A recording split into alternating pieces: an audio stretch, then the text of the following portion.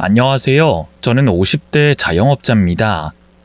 서울에서 작은 식당을 운영 중이에요. 규모는 크지 않지만 나름 장사가 잘 돼서요. 1년 순이익만 억을 찍고 있습니다. 지금은 일선에서 물러나 직원들에게 맡기고 저는 매출 관리만 하고 있는데요. 평생 뼈 빠지게 일하다가 갑자기 여유 시간이 많아지니 뭘 해야 할지 모르겠더라고요. 그래서 친구 추천으로 썰밤 채널을 구독하게 됐는데 이런 재밌는 세상이 있는지 미처 몰랐네요. 올라오는 사연 들으면서 울고 웃고 하다가 저도 제 과거를 털어놓고 싶어서 이렇게 글을 쓰게 됐어요. 시집살이라면 저도 남들 못지않게 당할 만큼 당했거든요. 듣다 보면 속이 답답하실 수도 있지만 마지막에 시원한 사이다가 준비되어 있으니 꼭 끝까지 들어주세요. 잘 부탁드립니다. 저는 어릴 때 일찍 아버지를 여의고 엄마와 여동생 셋이서 살았어요. 엄마는 여자 혼자 몸으로 저희 자매를 키우기 위해 안 해본 일이 없으신데요. 과일 노점, 김밥 장사, 주방 이모 등 돈이 드는 굳은 일은 죄다 하셨죠. 늘 밖에서 일하느라 바쁜 엄마 대신에 제가 집안 살림을 돌봤어요. 새벽같이 나가는 엄마가 끼니 굽는 게 신경 쓰여 도시락을 싸주기도 하고요. 2살 터울의 동생을 씻기고 밥 먹이고 학교 보내는 것도 제 몫이었죠. 그러다 중학교를 중퇴하고 저도 일하기 시작했어요. 처음엔 통닭집에서 서빙 일을 하다 나중엔 신문 배달을 했는데요. 한 3년 정도 성실하게 일하니 저희 지점 사장님이 저를 좋게 보셨나 봐요. 언제까지 알바만 할 거냐고, 이제 제대로 된 회사 들어가서 따박따박 월급 받아야 하지 않겠냐면서 저를 지인이 일하는 물류회사에 소개해줬어요.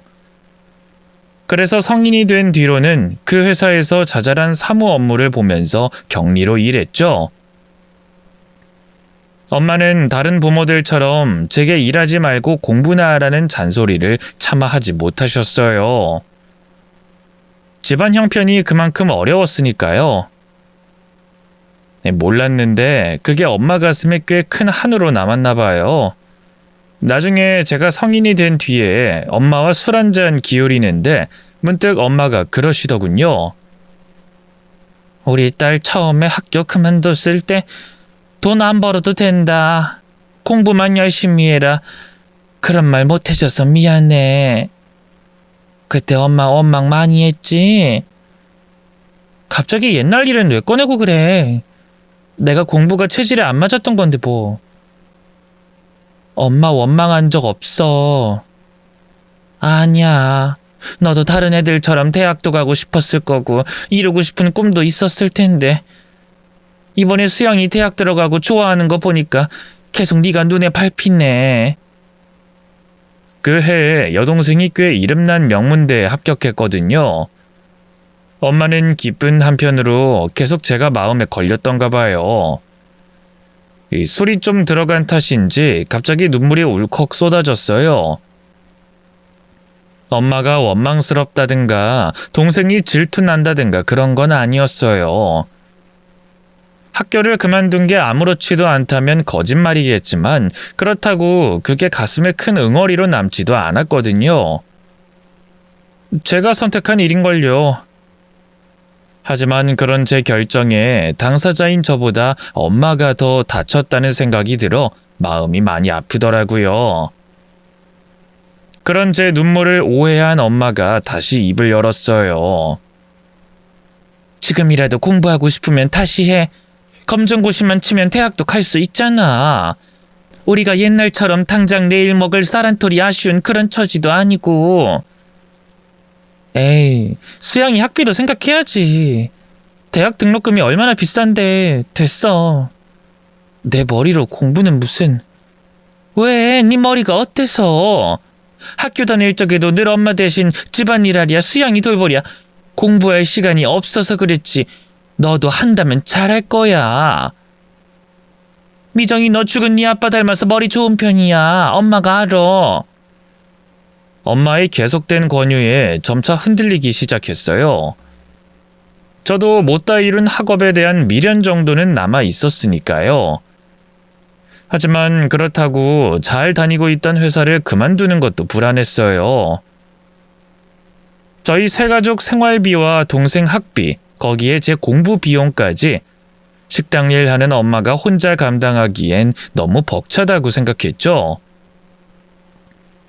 고민 끝에 저는 낮에 회사를 다니고 밤에는 검정고시 공부를 하는 걸로 가닥을 잡았어요. 다행히 이 사실을 알게 된 사장님도 배려를 많이 해줘서요. 업무 시간에도 틈날 때마다 공부를 할 수 있었죠. 뜻하지 않게 좋은 선생님도 한 명 생겼는데요. 바로 저희 팀 과장님이었어요. 알고 보니 과장님이 당시 저희 회사에선 드물게 대학 졸업까지 한 분이더라고요. 하루는 제가 검정고시 준비한다는 걸 어디서 들었는지 갑자기 커피 한 잔을 사주시면서 그러더군요. 미정씨, 요즘 검정고시 준비한다며? 아, 네, 맞아요. 공부는 잘 돼가? 일하고 병행하는 게 쉽지가 않을 텐데. 그래도 나름 할만해요. 미정신 요즘 젊은 사람들답지 않게 참 성실하고 야무져. 잘 생각한 거야. 뭐든 공부해서 손해볼 건 없거든. 내가 이래봬도 대학 졸업할 때 우리 과 1등으로 졸업했어. 궁금한 게 있으면 언제든지 물어봐. 네, 감사합니다, 과장님. 무뚝뚝하고 어렵기만 한 상사라서 알겠다고 대답만 하고 대충 상황을 넘겼는데요. 아무래도 기초가 없어서 그런지 수학 같은 건 너무 어렵더라고요. 학원을 다닐까 싶어도 그 비용을 생각하면 너무 아까웠고요. 그래서 망설이다 과장님을 찾아가서 문제집을 내밀었어요. 모르는 문제가 있는데 좀 알려주실 수 있냐고요. 그럼 과장님은 뒤에 해설을 보고 따로 공부해서라도 성의 있게 가르쳐 주셨죠. 덕분에 진도는 쭉쭉 빠졌고요. 저는 회사 다니면서 중학교, 고등학교 검정고시를 연달아 통과할 수 있었습니다. 정말 얼마나 기뻤는지 몰라요. 무엇보다 과장님한테 참 감사했죠. 과장님, 이게 다 과장님 덕분이에요. 감사합니다. 내가 뭘 한 게 있다고. 미정씨가 열심히 해서 붙은 건데. 아니에요. 과장님 없었으면 저 혼자선 못 해냈을 거예요. 오늘 저녁에 약속 있으세요?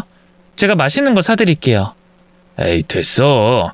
미정씨 월급 뻔히 아는데 벼룩에 간을 빼먹지. 그냥 내가 살게. 아니에요. 제가 사야죠. 고등학교 검정고시까지 붙은 날 과장님과 단둘이 밥을 먹었어요. 어쩌다 보니 술도 한잔하게 됐죠. 평소엔 과음하는 편이 아닌데 그날은 너무 기뻐서일까요? 제 주량을 훨씬 넘겨서까지 마셔버렸고요. 어느 순간 기억이 뚝 끊겨버렸죠. 다시 눈을 떴을 땐 낯선 여관 침대 위에 누워 있었어요. 바로 옆엔 과장님이 코를 골며 자고 있었죠. 맞아요. 과장님과 하룻밤 실수로 그만 넘어선 안 되는 선을 넘어버린 거예요. 너무 당황스러웠어요. 그전까진 과장님을 남자로 느낀 적이 한 번도 없었거든요. 그도 그렇게 과장님은 저와 띠동갑이었으니까요. 자상하고 진중한 모습에 아버지가 살아계셨으면 이랬을까 생각한 적은 있지만 설마 이렇게 하룻밤을 함께하게 될 줄이야. 기겁한 저는 그대로 과장님 집에서 도망치듯 빠져나왔고요. 다음날 아프단 핑계로 회사도 하루 쉬었네요. 하지만 회사를 그만두지 않는 한 과장님을 영영 피할 수는 없는 노릇이었어요. 결국 이튿날엔 다시 출근할 수밖에 없었는데요. 웬걸 과장님은 저를 보자마자 미정씨 왔어? 좋은 아침 하고 태연하게 인사를 건네더군요. 마치 아무 일도 없었던 사람처럼 말이죠.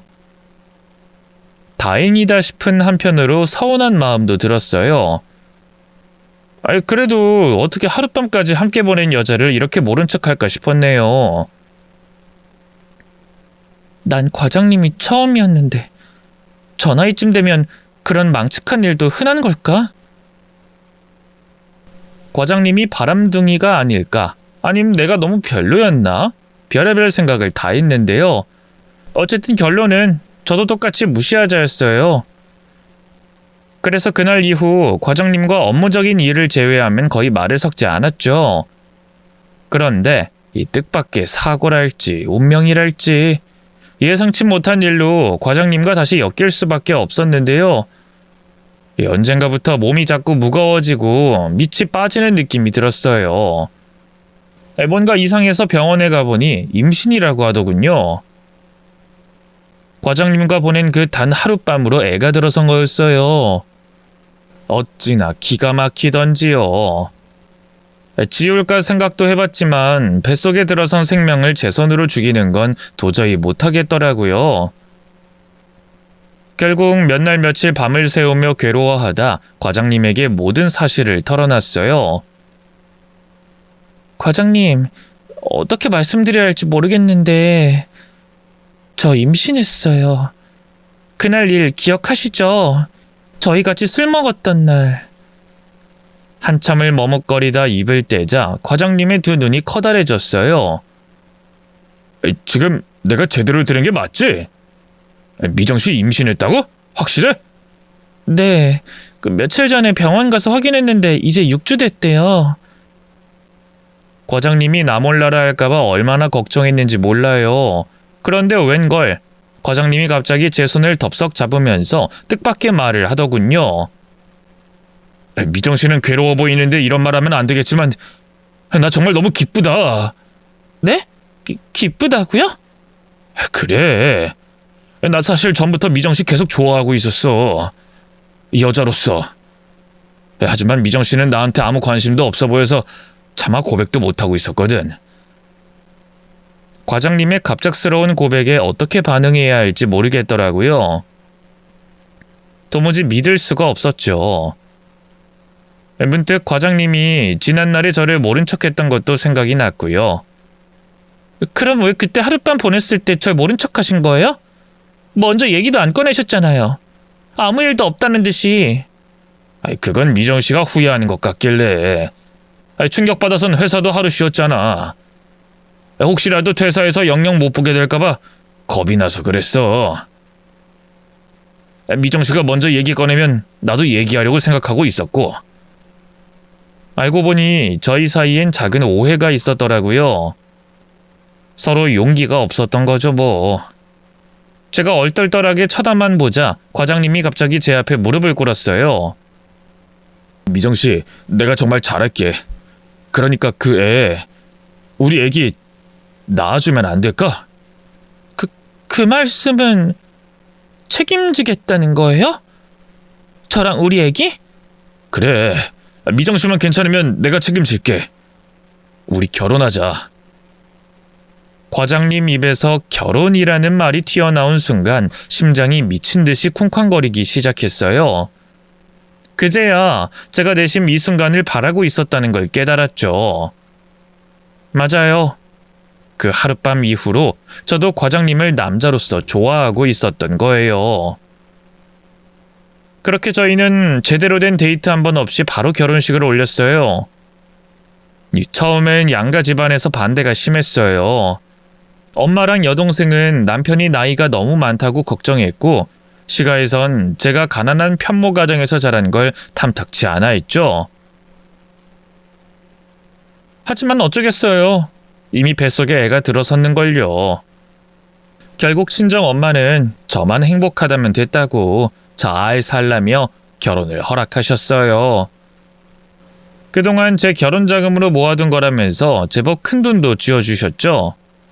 안 받으려고 해도 끝끝내 제 통장으로 넣어주시더라고요. 정말 얼마나 감사했는지 몰라요. 결혼 생활은 나름 행복했어요. 남편은 무뚝뚝하지만 다정했고요. 뱃속의 아기도 이듬해 건강하게 태어나줬죠. 저와 남편을 반씩 닮은 예쁜 딸이었네요. 저를 맞닥찮아 하는 시부모님과 때때로 부딪히긴 했지만 그래도 따로 사니까 견딜만 했어요. 시부모님이 시골에서 농사를 짓고 계셔서 명절 때나 생신 때 아니면 뵐 일이 없었거든요. 하지만 행복은 길지 않았어요. 결혼 3년 차에 저희 가정에 갑작스러운 위기가 찾아왔죠. 남편이 보증을 잘못 써면서 억대 빚을 지게 된 거예요. 중소기업에 다니는 남편의 연봉은 몇 년째 동결이었어요. 뻔한 벌이로 저축은커녕 아이 분유값 대기도 빠듯했죠. 결국 고민 끝에 친정엄마가 준 비상금을 털었고요. 그것도 모자라 하나뿐이던 신혼집마저 팔게 됐네요. 당장 갈 곳이 없어진 저희 세 식구는 급한 대로 시가로 들어가게 됐어요. 남편이 어릴 때 쓰던 작은 방을 셋이서 쓰게 됐죠. 비좁은 건 둘째치고 시부모님 눈치가 보여서 살 수가 없었네요. 시어머니는 이때다 하고 작정한 사람처럼 저를 모질게 괴롭혔어요. 제게 모든 집안일을 다 떠넘긴 건 물론이고요. 집에서 딸애를 보고 있으면 꼭 불러서 밭일을 시키곤 했죠. 처음엔 이런저런 핑계를 대서 부르더니 나중엔 아예 대놓고 시키더군요. 우린 뭐 땅 파서 돈 버니? 며느리가 하늘 같은 시댁에서 공짜로 먹고 자고 하는 게 말이 돼? 너도 밥값은 해야지. 그럼요, 어머님. 그래서 살림은 제가 군말 없이 다 하잖아요. 근데 밭일까지 하는 건 좀 힘들어요. 수아도 아직 어리고. 어디 될 핑계가 없어서 애 핑계를 대? 누구네 안 키워봤니? 난 우리 병철이 갓난쟁이 때 등에 업고 아주 날아다녔어. 시어머니는 제가 조금만 힘들다 소리를 해도 바로 눈에 쌍심지를 끼셨어요. 그리고 보란듯이 더욱더 많은 일을 안겨주셨죠. 시어머니는 제가 밥 먹는 것도 아까워하는 분이었어요. 남편과 시아버지 앞에 놓인 생선이나 고기 반찬에 젓가락이라도 될라치면 바로 표정이 변하셨어요. 탁 소리 나게 수저를 내려놓고는 괜히 제게 물을 떠와라, 뭐 국 좀 더 달라, 이것저것 시키셨죠. 어쩔 수 없이 식탁을 비운 다음 돌아오면 이미 제가 먹으려던 반찬은 없어져 버린 후였어요. 시어머니가 남편과 시아버지 밥그릇에 수북하게 옮겨두셨거든요. 아니, 다른 것도 아니고 먹을 걸로 그러니 참 더럽고 치사하더라고요. 지금 생각해보면 노예보다도 못한 삶이었던 것 같아요. 새벽같이 일어나서 출근하는 남편 아침을 먼저 차려주고요. 뒤이어 기상한 시부모님 밥을 차리고 그 다음에 아이 밥을 먹이고 나면 저는 밥 한 술 뜰 새도 없었어요. 바로 시부모님을 따라 밭으로 나가 농사일을 도와야 했거든요. 가엾은 저희 딸은 엄마 손길 한번 제대로 못 받아보고 찬 흙바닥에서 혼자 시간을 보내야 했네요. 그러다 또 점심시간 되기 전에 부랴부랴 집으로 들어와 점심상을 차리고요. 오후 밭일을 하다 보면 금방 저녁 먹을 때가 됐어요. 그럼 또 저녁상을 차리고 밀린 집안일을 하고 아이를 챙기고 침대에 누우면 자정이 넘어갈 때가 허다했죠. 하루는 채 5시간도 못 자고 중노동을 하니 정말 미치겠더라고요. 시어머니에게 애원도 해봤는데요. 돌아오는 건 날카로운 야단뿐이었네요. 엄살은 나 때는 더 했어. 애 낳고 바로 그날 밭에 나가 김을 맸다고. 그뿐인 줄 알아? 빨래도 개울가에서 한겨울에 손 빨갛게 얼어가면서 했어. 넌 요즘 세상에 태어나서 참 팔자 좋게 사는 거라고. 어머님, 그건 옛날이고요. 요즘은 다르잖아요. 밭일에 집안일에 몸이 10개라도 부족해요. 무엇보다 우리 수아 돌볼 시간이 없어요. 어릴 땐 엄마가 옆에 있어주는 게 중요한데 수아 얘가 순해서 그렇지 하루 종일 혼자 방치돼 있으니 얼마나 외롭겠어요. 얘가 또 애 핑계를 대네. 그게 아니고요, 어머님. 아니긴 뭐가 아니야. 고추도 아니고 기집애 하나 꼴랑 낳아놓고 유세는. 애초에 너처럼 보잘것없는 집안애를 내가 왜 허락했는데? 뱃속에 떡두꺼비 같은 장손이 있겠구나 싶어서 드린 거 아니야? 근데 낳아놓고 보니 이건 뭐 어디 쓸데도 없는 기집애를 낳아놨으니? 시어머니는 틈만 나면 제가 아들을 못 낳은 걸 구박하셨어요. 마치 약점 잡아 협박하듯이 하자가 있는 몸이라는 둥, 씨바지를 들여야 한다는 둥 온갖 모욕을 주셨네요. 너무 서럽고 억울했어요. 무엇보다 기필코 아들을 낳고야 말겠다는 오기가 생겼죠. 그래서 힘든 와중에도 남편과 꼬박꼬박 잠자리를 가졌네요. 하늘이 보기에도 그런 제 노력이 가상했던 걸까요? 시가에 들어오고 3년쯤 지나 또 임신이 됐어요. 낳고 보니 이번엔 아들이었죠. 아직도 잊을 수가 없어요. 애를 막 낳고 진이 다 빠져 죽을 것 같은 순간이었는데 간호사 선생님이 왕자님이네요. 축하드려요. 하던 그 순간에 눈물이 팽 돌더군요. 그동안의 고생을 다 보상받은 기분이었어요. 남편은 물론 시부모님까지 얼마나 좋아하셨는지 몰라요. 특히 시어머니는 처음으로 제 손을 꼭 잡고 고생했다, 고생했어. 네가 드디어 박씨 집안 며느리 노릇을 해냈구나 하고 칭찬해 주셨죠. 그때부터 제 앞엔 꽃길만 펼쳐질 줄 알았어요. 아니, 꽃길까진 바라지도 않았네요. 적어도 평탄한 흙길 정도는 펼쳐지길 바랬는데 저는 시어머니가 드디어 제게 마음을 열었다 생각했는데요. 그건 전부 제 오산이었어요. 시어머니는 그 뒤로도 여전히 저를 못 잡아먹어 안달이었어요.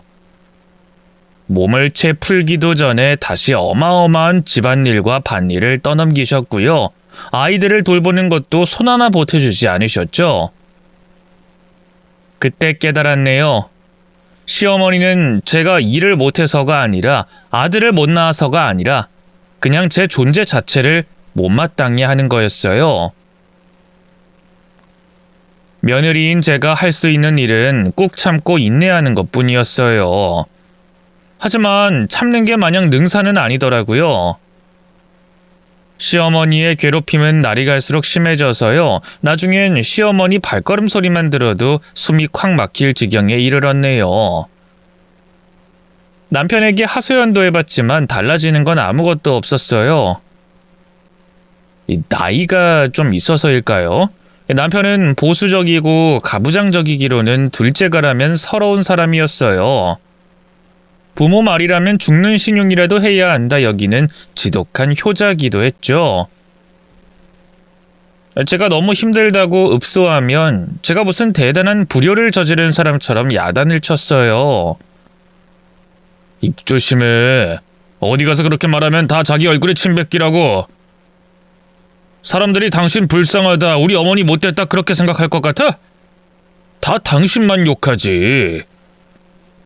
누가 다른 사람들한테 어머니 욕한대? 난 그냥 너무 힘드니까. 당신만 힘든 거 아니야. 요즘 다른 여자들은 직장 다니면서 육아하랴 살림하랴 시부모 봉양하랴 더 힘들게 산다고. 그나마 당신은 회사 그만두고 집에서 살림하고 애만 키우면 되는데 다행 아니야? 다행이라니? 당신은 회사에만 있으니까 몰라서 그렇지 내가 얼마나 힘들게 일하는 줄 알아? 5 식구 삼시세끼 챙기는 것만으로도 하루가 부족한데 온갖 집안일에 밭일에 화장실 갈 시간도 없어서 참았다가 오줌 싸느라 요즘 방광이 다 아파. 그럼 어머니한테 말을 잘 해보든가. 당신 보면 우리 어머니한테 너무 곰같이 미련하게만 굴어. 며느리가 먼저 다가가서 애교도 떨고 그래야 어머니도 마음을 열지. 남편은 시어머니가 저를 마음에 안 들어하는 것도 제 탓이라고만 생각했어요. 아랫사람인 제가 먼저 더 적극적으로 다가가야 한다는 거였죠. 정말 시집살이를 겪어보지 않은 남자라서 할 수 있는 말이었죠. 본인은 저희 집에 가면 엄마가 버선발로 맞이하며 극빈 대접을 해주니 제 심정을 알 턱이 있나요? 결국 나중엔 저도 남편에게 입을 닫게 되더군요. 이혼할까 고민도 해봤는데요. 그러기엔 아이들이 너무 마음에 걸렸어요. 제가 아버지 없이 자라서일까요? 이 아이들만큼은 온전히 가정에서 자라게 해주고 싶었어요. 또 저는 이미 오랫동안 전업주부로 지내면서 경제권을 완전히 상실한 상태였어요. 이혼하고 과연 자식들까지 건사할 만큼 돈을 벌 수 있을지 자신이 없더군요. 뭐 지금 생각해보면 이것도 다 핑계지만요. 인간은 적응의 동물이라고 했던가요? 시어머니의 모진 시집살이도 남편의 무심함도 시간이 지날수록 익숙해지더군요. 정신을 차려보니 시가로 들어온 지도 어느덧 십수년의 세월이 흘렀어요. 매일이 지옥 같았지만 그래도 아이들이 하루가 다르게 성장하는 모습을 지켜보는 낙으로 살았네요. 한 지붕 아래 살다 보니 뜻하지 않게 시부모님의 다른 면모도 많이 알게 됐어요. 가령 시아버지는 밖에선 호탕하고 대범한 사람으로 통했지만 실상은 10원 하나 쓰는 것도 아까워하는 지독한 짠돌이었어요. 화장실 변기도 작은 건 5번까지 모아뒀다가 한 번에 물을 내리게 했고요. 한밤중에는 절대 전등을 못 켜게 하셨죠. 시어머니는 시어머니대로 시아버지에게 순종하는 조강지처처럼 보였지만 실상은 너무나 어마어마한 비밀을 품고 있었네요. 우연찮게 그런 시어머니의 비밀을 목도하기도 했지만 가족의 평화를 위해서 입을 꼭 다물 수밖에 없었는데요. 그땐 정말 꿈에도 몰랐어요. 그 비밀이 제 복수의 칼이 되어줄 줄은 말이죠. 어느 볕 좋은 가을날, 오랜만에 동생에게서 전화가 왔어요.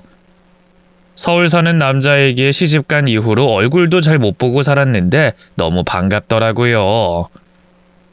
수영아, 잘 지내? 제부랑 애들도 잘 있고? 언니 어떡해? 이게 대체 무슨 일인지 모르겠어. 웬걸, 제가 전화를 받자마자 동생은 대뜸 울음을 터뜨렸어요. 왜 그래? 너 갑자기 왜 울어, 수양아? 언니, 놀라지 말고 잘 들어? 엄마가 요즘 몸 상태가 좀 이상해서 병원에 갔는데 췌장암이래. 이미 손 쓰기엔 너무 늦었다나 봐. 뭐? 그게 무슨 말이야? 엄마가 암이라고? 확실해? 네가 착각한 거 아니야? 나도 믿겨지지가 않아서 지난주에 집 내려가서 엄마랑 다시 검사해 봤어. 근데 맞대, 췌장암. 이미 말기라서 손 쓸 수가 없대. 어떡하면 좋아, 언니. 불쌍한 우리 엄마. 흐느끼는 동생의 울음소리가 꿈처럼 아득해졌어요. 갑자기 귀가 멍멍해지면서 눈앞이 뿌얘졌거든요. 어떻게 전화를 끊었는지도 모르겠어요. 멍하니 있다가 시어머니의 부름에 그제야 정신을 차렸죠. 아니, 얘가 바빠 죽겠는데 왜 이렇게 정신을 놓고 있어? 점심 먹을 때 다 되는데 밥은 다 차린 거야? 어머님, 저희 친정엄마가 췌장암이래요. 동생이 울면서 전화했는데 저 아무래도 집에 좀 가봐야 할 것 같아요. 저는 시부모님에게 자초지종을 설명하고 바로 차로 2시간 거리에 있는 친정으로 향했어요. 오랜만에 본 엄마는 정말 놀랄 만큼 헬쓱해졌어요. 머리에 흰머리도 많이 들었고요. 눈밑도 꺼먹고 죽어 있었죠. 그동안 먹고 살기 바쁘다는 핑계로 엄마를 너무 등한시한 것 같아서 죄책감이 심장 안끝까지 파고들었어요. 그래서 엄마를 보자마자 꺼이꺼이 울음을 터뜨렸네요. 엄마, 다 거짓말이지? 엄마가 암일 리가 없잖아. 이건 말도 안 되잖아. 대체 왜 엄마가... 엄마는 그 순간에도 엄마였어요. 놀란 저를 다독이면서 애써 웃어 보이더군요. 미정아, 엄마 괜찮어. 별거 아닌데 뭐하러 여기까지 왔어? 바쁠 텐데. 엄마는 그 와중에도 제 걱정부터 했어요. 시어머니가 하도 친정엄마와 통화하는 걸로도 눈치를 줘서 엄마한테 전화가 오면 습관적으로 바쁘다 하고 빨리 끊어버리는 게 버릇이 됐거든요. 그걸 생각하니 가슴이 천갈래 만갈래로 찢어지는 기분이었어요. 미안해. 내가 엄마한테 너무 무신경했지? 나 때문이야. 엄마 이렇게 된 거 다 나 때문이라고. 무슨 말도 안 되는 소리. 내가 아픈 게 왜 우리 딸 때문이야? 아이고, 그만 울어. 엄마 정말 괜찮어. 엄마는 애써 눈물을 감추며 강한 척했어요. 하지만 병원에서 의사를 만나 얘기를 들어본 결과 엄마의 병증은 꽤나 심각한 상태였죠. 일단 급한 대로 수술부터 하자고 해서 병원에 입원했는데요. 웬걸 의사가 수술 도중에 포기를 선언하고 나와버렸어요. 이미 암세포가 다른 장기로까지 다 전이가 되어버린 상태고 엄마 몸이 너무 약해져 있어서 수술은 안 하는 게 나을 것 같다고 하더군요. 수술을 안 하면 그럼 저희 엄마는 어떡해요? 약물 치료나 방사선 치료 뭐 그런 걸 하는 건가요? 죄송하지만 그러기엔 이미 진행이 너무 돼버려서 아마 해도 부작용만 크지 별 효과는 없을 겁니다. 그럼 어떡해요? 뭘 해야 돼요? 이런 말씀 드리기 조심스럽지만 마지막을 준비하시는 게. 의사의 말에 헛웃음이 터져 나왔어요. 뭐라고요? 그럼 이대로 그냥 손 놓고 우리 엄마를 죽게 내버려두라는 건가요? 당신이 그러고도 의사야? 어떻게 이렇게 무책임할 수 있어? 죄송합니다. 뭐라고 드릴 말씀이. 저는 의사에게 달려들어 마구 화를 냈어요. 다른 사람들과 싸우는 게 싫어서 늘 져주던 저로선 난생 처음 있는 일이었죠. 놀란 간호사가 달려와 저를 말렸고요. 저는 그대로 병원 밖으로 쫓겨나다시피 했네요. 허탈한 마음에 눈물이 줄줄 흘렀어요. 따지고 보면 병원이 무슨 죄가 있겠어요. 이날 이때까지 엄마 몸속에서 암세포가 자라는 줄도 모르고 방치했던 제가 죽일 년이죠. 엄마도 자신의 상태를 아셨던 걸까요? 다음날 정신을 차리자마자 집으로 가고 싶다 하시더군요.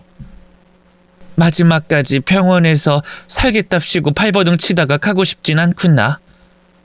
죽을 때 죽더라도 내 집에서 내가 사랑하는 우리 딸들하고 같이 있고 싶어. 우리 이제 그만 집으로 가자꾸나. 엄마의 어쩌면 마지막일지도 모를 바람을 차마 외면할 수가 없었어요. 저와 동생은 엄마를 모시고 다시 집으로 돌아갔고요. 그때부터 번갈아 교대로 엄마를 돌보기 시작했죠. 동생도 저도 따로 가정이 있어서 쉽진 않았어요. 특히 동생은 서울에 살고 있어서 거리가 너무 멀었죠. 시집을 늦게 가서 엄마 손이 한창 필요한 조카들이 있기도 했고요. 결국 제가 주로 엄마와 시간을 보내게 됐어요. 일시가에서는 영 맞닥차나 하는 눈치였지만 그냥 다 무시했네요. 당장 엄마를 잃게 생긴 마당에 눈에 뵈는 게 있었겠어요? 저는 마지막까지 희망의 끈을 놓지 않았어요. 암 환자에게 좋다는 건강식으로만 밥상을 차리고요. 항암에 좋다는 거라면 뭐든 다 구해다 먹였죠. 뭐 자연치료니 기치료니 하는 것도 열심히 공부했네요. 하지만 그런 노력이 무색하게도 엄마는 퇴원한 지 반년 만에 세상을 떠나고 말았어요. 하나뿐인 엄마가 그렇게 돌아가시자 세상에 저 혼자 버려진 기분이었네요. 무슨 정신으로 장례를 치렀는지도 모르겠어요. 다행히 남편이 저 대신 상주를 서서 이런저런 장례 절차를 도왔죠. 늘 밉기만 했던 남편이지만 그래도 힘들 때 곁을 지켜주는 건 역시 남편밖에 없다는 생각이 들었네요. 시부모님도 짬을 내 빈소에 잠깐 들리셨는데요. 보는 눈이 많아서 그런지 시어머니는 펑펑 눈물까지 쏟으시더군요. 아휴 어머마, 많이 힘들지? 말 안 해도 네 맘 다 안다, 알아. 아유, 불쌍한 것. 어머님, 여기까지 와주셔서 감사해요. 아이, 당연히 와야지. 사부인이 그렇게 가셨는데. 아휴, 불쌍한 양반. 그래도 사부인이 너 고생할까봐 빨리 떠나셨구나. 원래 노인네 병구와는 효자도 도망간다 하지 않니? 나름 호상이야, 호상. 순간적으로 저는 제 귀를 의심했어요. 암 때문에 70도 안 된 나이에 세상을 떠난 저희 엄마가 호상이라뇨? 속에서 뜨거운 무언가가 치솟아 오르면서 눈이 확 돌더군요. 어머님, 호상이라뇨? 말 가려서 하세요. 저희 엄마 말기암이라 이렇다 할 치료 한번 못 받아보고 돌아가셨는데 그게 어떻게 호상이에요? 늘 네네 하며 순종하던 제가 시어머니에게 그렇게 목소리를 높인 건 처음이었어요. 시어머니는 제 예상치 못한 악다구니에 깜짝 놀란 것도 잠시, 이내 저를 매섭게 노려보면서 언성을 높이더군요. 아니, 같은 부모 입장에서 호상이라고 느낄 수도 있지. 말이 나와서 말인데 내가 사부인 암이라고 할 때부터 얼마나 걱정했는 줄 아니? 괜히 다 늙은 나이에 살겠답시고 치료받으면 그 돈 다 누가 내겠어? 우리 아들이 낼 거 아니야? 넌 결혼하고 집에서 놀고 먹기만 했지 어디 네 손으로 돈 한 푼 벌어본 적이 있어? 그래서 괜히 엄한 우리 아들만 고생할까봐 걱정이었는데 이렇게 가셨으니 호상이라고 한 건데 내가 뭐 못할 말했니? 저희 엄마가 암이라는데 그 잘난 아들부터 또 걱정하신 거예요? 치료비 된다고 고생할까봐? 참 대단한 모성이네요. 나중에 어머님도 병 걸리면 괜히 자식들 고생시키면서 살 생각하지 마시고 꼭 일찍 돌아가세요. 그럼 제가 호상이라고 말씀드릴 테니까. 아셨어요? 뭐야? 이게 시애미한테 못하는 말이 없네. 너 지금 나더러 빨리 죽으라는 거야? 제가 너무 흥분한 나머지 심하게 말하긴 했어요. 하지만 먼저 시작한 건 시어머니잖아요. 돌아가신 저희 엄마를 모욕하다니 절대 용서할 수 없었죠. 분노해서 홀로 씩씩대는 사이 시어머니는 펑펑 울면서 남편을 찾았어요. 있는 말 없는 말 다 지어내 일러바치니 순식간에 또 저만 못된 며느리가 되고 말았죠. 남편은 이번에도 제 편을 들지 않았어요. 아무리 그래도 어머니한테 병 걸리면 일찍 죽으라니. 당신 지금 장모님 돌아가시고 힘든 건 아는데 말이 너무 심하잖아. 어머님이 먼저 우리 엄마 가지고 호상이네 뭐네 했다고. 우리 엄마가 호상이야? 어떻게 암 걸려 죽은 게 호상이야? 당신 위로하려고 좋게 얘기하려다 실수하신 거잖아. 그걸 꼭 같이 되받아 쳐야겠어? 당신은 늘 그런 식이야. 어머님 문제에 관해서만 아주 이해가 하해와 같이 넓어지지. 어쩜 이런 순간에도 어머님 편을 들 수가 있어?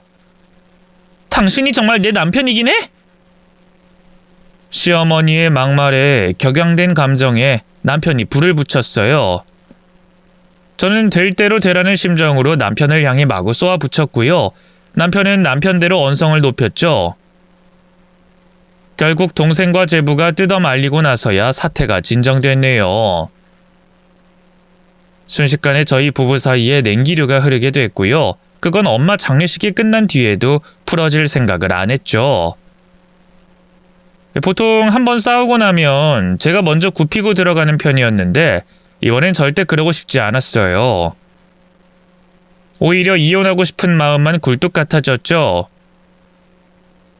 그 사이 시어머니는 더욱더 모질게 저를 괴롭혔어요. 보란듯이 일부러 더 일을 만드셨는데요. 멀쩡한 밭을 갈아엎고 파종부터 다시 하라고 시키는가 하면 김장철도 아닌데 배추만 100포기를 가져와 김치를 담그라는 식이었죠. 오기가 생겨 저도 우는 소리 없이 악착같이 일을 해냈는데요. 그럼 더 바짝 약이 올라선 어쩔 줄 몰라 하셨네요. 그 사이 시간은 참 빠르게도 흘렀고요. 어느새 엄마의 기일이 코앞으로 다가왔어요. 그런데 공교롭게도 시어머니 음력 생일과 날짜가 겹치더군요. 그걸 알았는지 몰랐는지 하루는 시어머니가 저를 불러 그러더군요. 올해 우리 집에 이런저런 흉한 일들이 많았잖니.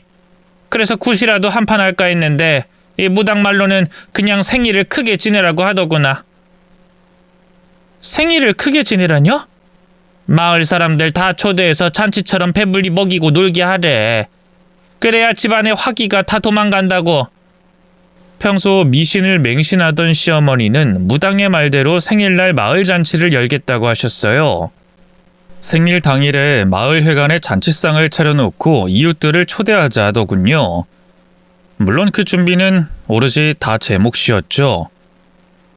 고생이 불보듯 뻔했는데요. 차라리 잘 됐다 싶었어요. 시어머니가 털끝만큼의 양심이라도 있다면 제가 엄마 기일 때문에 잠깐 자리를 비우는 것 정도는 봐주겠다 싶었죠. 네, 어머님, 분부하신 대로 할게요. 며칠 시간 잡고 준비하면 저 혼자 할 수 있을 거예요. 대신 그날 저는 상만 차려놓고 잠시 저희 엄마 납골당에 다녀와도 될까요? 가서 인사만 드리고 올게요. 그날이 엄마 기일이라서요. 시어머니는 못마땅히 하는 표정을 지은 것도 잠시, 이내 선선히 고개를 끄덕였어요. 그래라. 그게 뭐 별거라고. 사보인 기일이라는데 당연히 가야지. 감사합니다, 어머님. 그 뒤로 저는 자는 시간까지 줄여가면서 시어머니의 생일 잔치를 준비했어요. 마을 어르신들에게도 다 얘기해 놓고요. 따로 회관을 빌려서 거기서 틈틈이 음식을 준비했죠. 갈비, 잡채, 호박죽, 식혜 등등 시어머니와 어르신들이 좋아하는 음식 위주로 잔뜩 만들었네요. 따로 떡과 케이크도 주문했고요. 정말 얼마나 힘들었는지 몰라요. 남편도 시어머니도 손 하나 보태주지 않았죠. 마침내 시어머니 생일이자 저희 엄마 기일날이 밝았어요. 저는 일찌감치 마을 회관에 잔치상을 차려놓고 다시 집으로 돌아갔어요. 어머니, 생신상 다 차려뒀어요. 마을 분들 곧 오실 테니까 어머님도 얼른 가보세요. 그래, 내 옷 좀 새로 입고 가야겠다. 너도 옷 갈아입고 따라 나오렴. 네? 옷을 갈아입으라뇨? 아니, 시엠이 생일인데 너도 같이 가서 얼굴 비춰야 할 거 아니야. 아, 그럼 잠깐 인사만 드리고 바로 가도 될까요? 무슨 말 같지도 않은 소리라고 있어. 노인네들 먹는 거 옆에서 시중 들고 그때그때 상 치우고 하려면 당연히 네가 있어야지. 상 차렸다고 끝이야? 할 일이 얼마나 많은데. 갑작스러운 시어머니의 딴소리에 숨이 턱 막히더군요. 어머님, 제가 말씀드렸잖아요. 오늘 저희 친정엄마 기일이라서. 아유, 그놈의 기일. 그놈의 기일이 뭐 그렇게 큰 대수라고. 그냥 잔치 끝나고 가면 되잖아. 가서 아무리 빌어봐야 죽은 사람 안 돌아온다고. 다 헛짓거리야. 어머님, 헛짓거리라뇨. 그래도 저희 엄마 돌아가시고 나서 첫 기일인데 가서 인사 정도는 드려야죠. 그럼 내 생일은 어떡하고? 마을 사람들 잔뜩 올 텐데 며느리가 없어봐. 무슨 생각하겠어? 내가 집안 단돌이도 제대로 못한다고 생각할 거 아니야? 그건 제 알 바 아니고요. 어쨌든 저는 사전에 말씀드렸으니까 이만 가볼게요. 시어머니의 확 바뀐 태도에 화가 났지만 꼭 참았어요. 그리고 방으로 들어가 가방을 챙겨 나왔는데요. 갑자기 시어머니가 달려와선 제 머리채를 잡아치는 게 아니겠어요. 그리고는 우악스러운 손길로 저를 질질 끌고 가기 시작했어요. 어머님, 이거 놔주세요. 아파요. 이 손 놓으라고요. 그러게 진작에 시애미 말에 고분고분하게 굴었어야지. 어디서 따박따박 두는 똑바로 두고 말댔고야. 너 같은 건 좀 혼나야 돼. 시어머니가 저를 끌고 간 곳은 마당에 있던 작은 창고였어요. 제가 반항할 새도 없이 그 안에 밀어넣고 밖에서 문을 잠가버렸죠. 어머님, 이 문 열어주세요. 오늘 저희 엄마 기일이라고 말씀드렸잖아요. 제발요. 저는 문을 두드리면서 미친 듯이 애원했어요. 어느새 두 눈에선 눈물이 펑펑 쏟아졌죠. 하지만 시어머니는 코웃음을 칠 뿐이었어요. 이따 밤에 와서 풀어줄 테니까 반성하고 있어. 차갑게 일갈하시고는 그냥 가버리셨죠. 하필이면 핸드폰도 집안에 두고 와서 누군가에게 도움을 청할 수도 없었어요. 애들도 방학이라 둘이 해외여행을 간 상태였고요.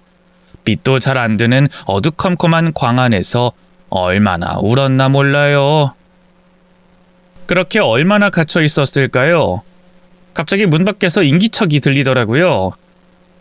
저는 얼른 문 앞으로 다가가 소리를 질렀죠. 밖에 누구 있어요? 여보, 당신 거기 있어? 뭐야? 당신 그 안에서 뭐해? 남편이었어요. 마을 회관에 있다가 잠깐 들른 것 같더라고요. 여보, 나 여기 갇혔어. 제발 문 좀 열어줘. 뭐? 갇혔다고? 놀란 남편의 목소리가 가까워졌어요. 이내 자물쇠가 달그락거리는 소리가 들리더니 덜컥 문이 열리더군요. 아니 당신 어쩌다 여기 갇힌 거야? 당신 여기 있는지도 모르고 계속 찾았네. 오늘 장모님 기일이라 바로 출발한다며. 남편의 걱정 어린 목소리에 절로 눈물이 흘렀어요. 여보, 어머님이 나 여기 가뒀어. 뭐? 어머니가? 내가 생일상 다 차려놓고 간다고 했더니 갑자기 가지 말라잖아. 그런다고 죽는 사람이 살아 돌아오는 것도 아니라고 마을 회관에서 어르신들 시중이나 들라고. 그래도 내가 가겠다고 했더니 여기 가둬버렸어. 어머님 진짜 너무하신 거 아니야? 괴물 같아. 소름 끼쳐. 이게 사람이 할 짓이냐고. 저는 당연히 남편이 제 편을 들어줄 줄 알았어요. 하지만 돌아온 대답은 너무나 충격적이었죠.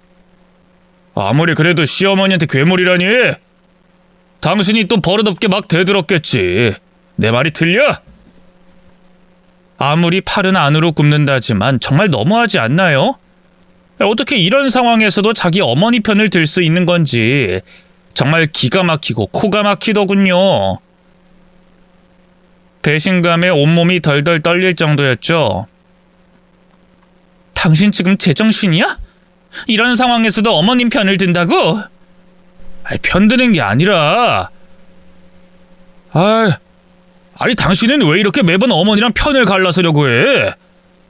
유치하게 네 편 내 편이 어딨어? 뭐? 유치? 당신 눈엔 이게 단순히 어머니랑 내가 편가르기 싸움하는 것처럼 보여?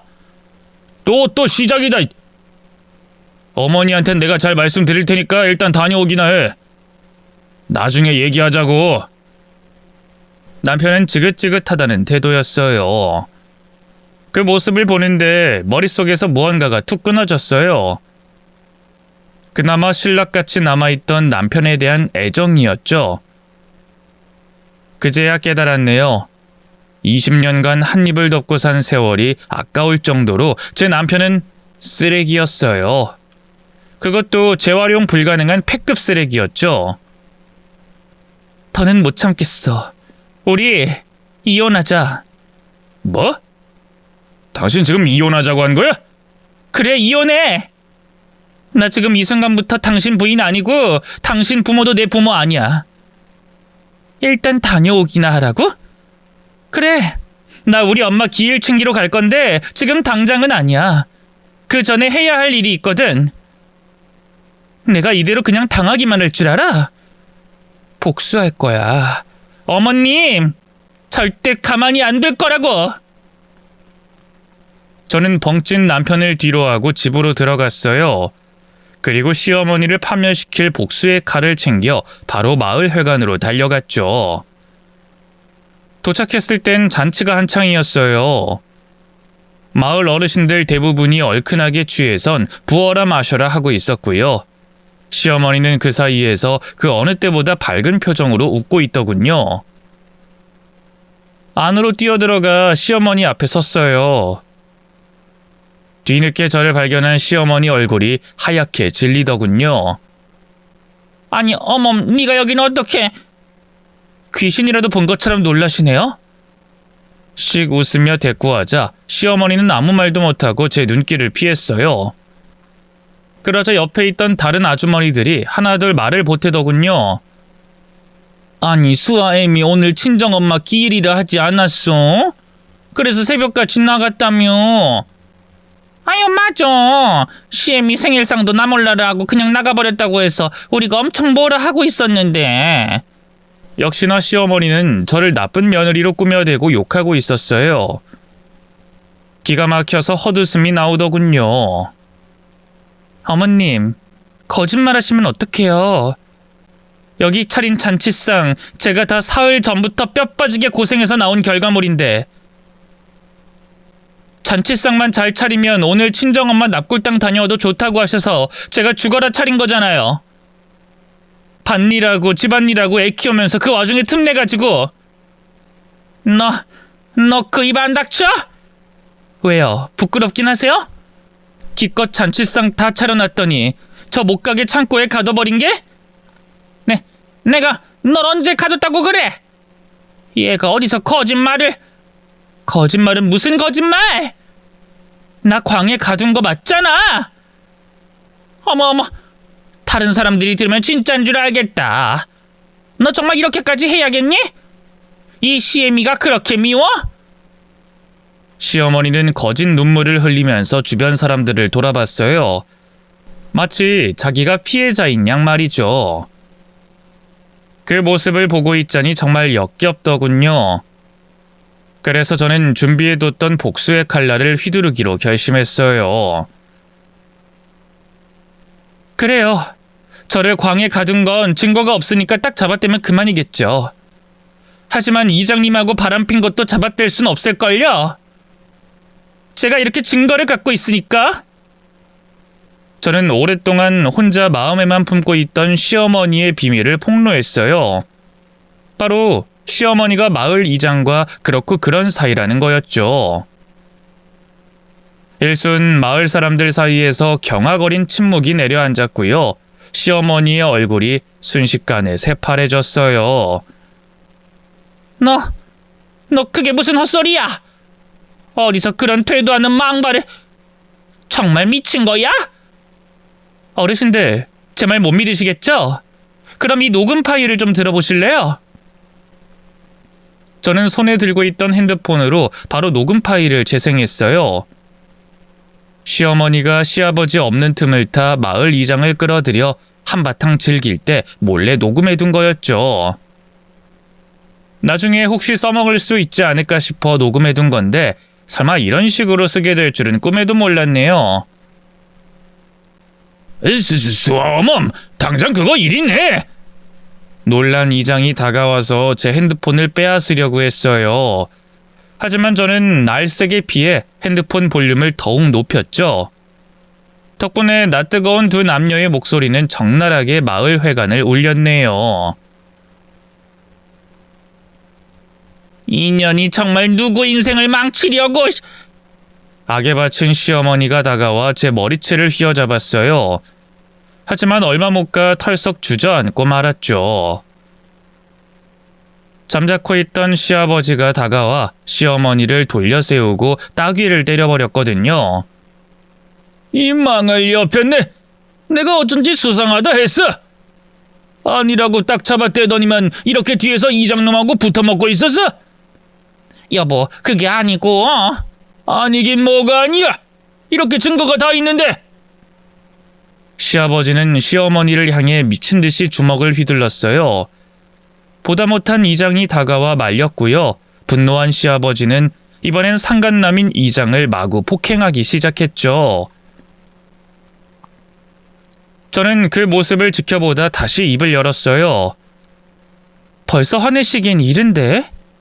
아, 이건 마을 분들이 화를 내셔야 하나? 다들 이것 좀 보세요. 저는 주머니에 넣어뒀던 시어머니의 통장을 꺼내 바닥에 던졌어요. 겁에 질려있던 시어머니의 얼굴이 또다시 흑빛이 됐죠. 너 설마 내 통장까지 본 거야? 네, 좀 봤어요. 왜요? 그럼 안 돼요? 그러게 왜 이장님이랑 둘이 사이좋게 마을 공금을 횡령했어요? 욕심도 정도껏 부리셨어야지. 제 말에 마을 사람들이 기겁했어요. 다들 몰려와선 앞다퉈 통장을 살펴보더군요. 그중 가장 젊은 어르신이 시어머니에게 따지고 들었어요. 아니 이게 대체 지금 수아애미가 한 말이 다 사실이야? 아니 일부러 그런 게 아니라 일단 진정하고 제 말 좀 들어봐요. 내가 지금 진정하게 생겼어? 급기야 그 어르신이 시어머니의 머리채를 휘어잡았어요. 마을은 순식간에 아수라장이 됐죠. 뒤쫓아온 남편도 벙쪄선 아무 말도 못하더군요. 저는 그런 인간들을 바라보다 그대로 그 자리를 빠져나왔어요. 그리고 바로 짐을 싸들고 친정엄마 납골당으로 향했죠. 엄마 사진을 보는데 그제야 참았던 눈물이 쏟아지더라고요. 저는 아이들 여행이 끝나길 기다렸다가 공항으로 마중 나갔어요. 그리고 자초지종을 설명했죠. 다들 어느 정도 머리가 굵어져서 그런지 오히려 저를 위로하더군요. 난 엄마가 진작 이혼하길 바랬어. 할머니가 엄마를 좀 괴롭혔어. 맞아, 나도 누나 말에 동의해. 잘 됐어. 지금이라도 엄마 인생 살라고. 어느새 다 커버린 아이들을 보면서 눈물이 팽 돌더군요. 너무 일찍 철이 들게 한 것 같아 미안하기도 했고요. 일단 아이들은 집으로 돌려보냈어요. 뭐 세간살이며 공부할 책이며 다 거기 있었으니까요. 엄마가 자리 잡은 다음에 금방 데리러 갈게. 그때까지 조금만 기다려. 알겠지? 아이들에게 꼭 다시 데려가겠다는 약속을 하고 저는 친정집으로 돌아왔어요. 그리고 앞으로 혼자서 뭘 해먹고 살아야 할지 고민했죠. 그러던 중에 남편이 한번 저를 찾아왔어요. 미안하다는 사과는커녕 저를 탓하기 바쁘더군요. 당신 어머니가 그런 짓 하고 있는 걸 알았으면 말렸어야지. 그걸 증거로 남겨놨다가 이 사달을 벌여? 지금 당신 때문에 마을 전체가 아주 난리가 났어. 아버진 들어두시고 어머니는... 남편은 차마 말을 잇지 못했어요. 마을 주민들이 어머니와 이장을 횡령죄로 경찰에 고발했다고 하더군요. 아예 마을 대소사에 끼워주지도 않고 따돌리고 있고요. 시골에서 공동체 생활해본 분들은 알 거예요. 이 마을에서 따돌림 받는 게 얼마나 힘든 일인지요. 지금 당신 때문에 우리 부모님 이혼하게 생겼어. 알아? 잘 됐네. 뭐? 잘 됐다고? 그러게 진작에 처신 바로 하지 그랬어. 뒤에서 다른 남자랑 붙어먹고 마을 공금 횡령하고 아주 잘하는 짓이다. 당신 정말 말 다 했어? 아니, 다 못했는데. 말이 나와서 말인데. 당신 어머니 얼마나 못돼 처먹은 여잔 줄 알아? 하나뿐인 며느리가 친정엄마 기일 때문에 하루 자리 비우는 것도 싫어서는 광에 가두는 게 제정신이야? 근데 그런 여자보다 더 나쁜 게 당신이야. 그 와중에도 지 엄마랍시고 싸고 드는 꼬라지 하군. 지 부모가 그렇게 귀하면 남의 부모도 귀한 줄 알아야지. 당신 도대체 왜 이래? 왜 이렇게 극단적으로 나오는 거냐고? 아니, 정말 나랑 이혼이라도 하겠다는 거야? 그럼 내가 뭐 가짜로 이혼하자고 한 줄 알았어? 난 진심이거든? 참나. 당신이 나랑 이혼하면 뭐 어쩌게? 뭐 해먹고 살 건데? 그건 당신이 상관할 바 아니지. 그래, 어딘 마음대로 해봐. 나도 당신 같은 여자 필요 없으니까. 남편은 씩씩대면서 그대로 돌아가 버렸어요. 우편으로 이혼 서류를 보내자 바로 도장까지 쾅 찍어선 보내주더군요. 그동안 참아온 세월이 허무할 만큼 참 쉬운 이별이었네요. 남편 앞에선 큰 소리 쳤지만 사실 먹고 살 길이 막막한 건 사실이었어요. 급한 대로 막일이라도 해야 하나 고민하고 있는데 뜻밖의 귀인이 나타났어요. 바로 제 동생이었죠. 갑자기 저를 찾아와선 5천이라는 큰 돈을 건네더군요. 이게 뭐야? 이렇게 큰 돈이 어디서 났어? 그동안 알뜰살뜰하게 모은 거야. 엄마 돌아가시면서 나온 보험금도 다 언니가 가져. 난 필요 없으니까. 됐어. 똑같이 나눠 가져야지. 그런 게 어딨어. 이 돈도 가져가. 그냥 받아. 언니가 나 대학까지 보내줬잖아. 그 은혜 이제 그만 갚아야지. 언니가 어릴 때 학교도 관두고 죽어라 일하는 동안 난 편하게 집에서 놀고 먹다가 대학도 갔는데 그게 계속 마음의 빚으로 남았었어. 이제야 갚게 되네. 거듭 사양했지만 동생은 자기의 뜻을 굽히지 않았어요. 결국 저는 동생의 돈에 엄마 보험금까지 받았고요. 그걸로 동생네 집 근처에 집을 구하고 작은 식당도 차렸죠. 20년간 시가에서 한여 취급받으면서 잘하는 거라곤 음식 솜씨밖에 없었거든요. 처음엔 파리만 날렸는데요. 조금씩 입소문이 나면서 단골 손님들이 늘어갔고요. 운 좋게 방송도 몇 번 타면서 언젠가부터 사람들이 줄을 서서 먹기 시작했어요. 지역을 대표하는 맛집이 된 거였죠. 덕분에 통장에 믿을 수 없는 금액이 찍히기 시작했고요. 몇 년 안 돼 아이들도 데려올 수 있었네요. 그 후로 시간은 말 그대로 패가망신했어요. 외도 한 개 들통난 시어머니는 시아버지에게 바로 버림받았고요. 전 남편과 같이 둘이 살다가 최근에 병원에 들어갔어요. 듣기로는 위암이라 하더군요. 늦게 발견한 데다 위치도 안 좋아서 수술도 항암도 어렵다 하더라고요. 그래도 한때는 가족이라는 이름으로 묶여있던 만큼 마냥 통쾌하지만은 않았어요. 좀 씁쓸했죠. 이 전 남편이라도 정신 차리고 부양을 해야 할 텐데 결혼 생활 내내 그렇게 지독한 효자였던 사람이 제가 없어지고 나자 천하의 불효자가 됐더군요. 바로 다른 젊은 여자랑 재혼을 하나 싶더니만 그 여자한테도 얼마 못 가 이혼당하고요. 주식에 푹 빠져 있다가 집도 절도 다 날려버렸어요. 사채비 때문에 잘 다니던 회사도 그만두고 지금은 일용직을 전전하고 있죠. 반면 저는 누구보다 행복하게 살고 있어요. 남자한테 한번 크게 대여서 그런지 여직 혼자인데요.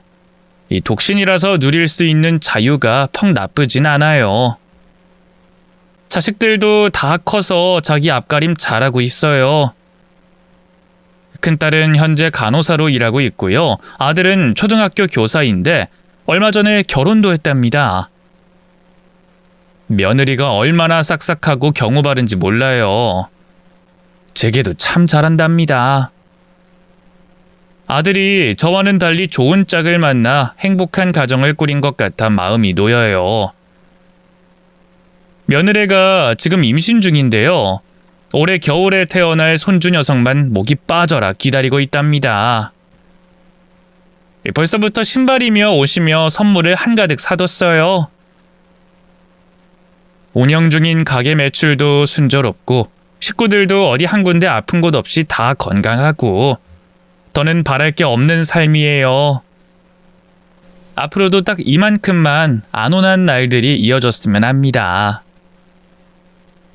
긴 얘기 들어주셔서 고맙습니다. 모두 건강하세요.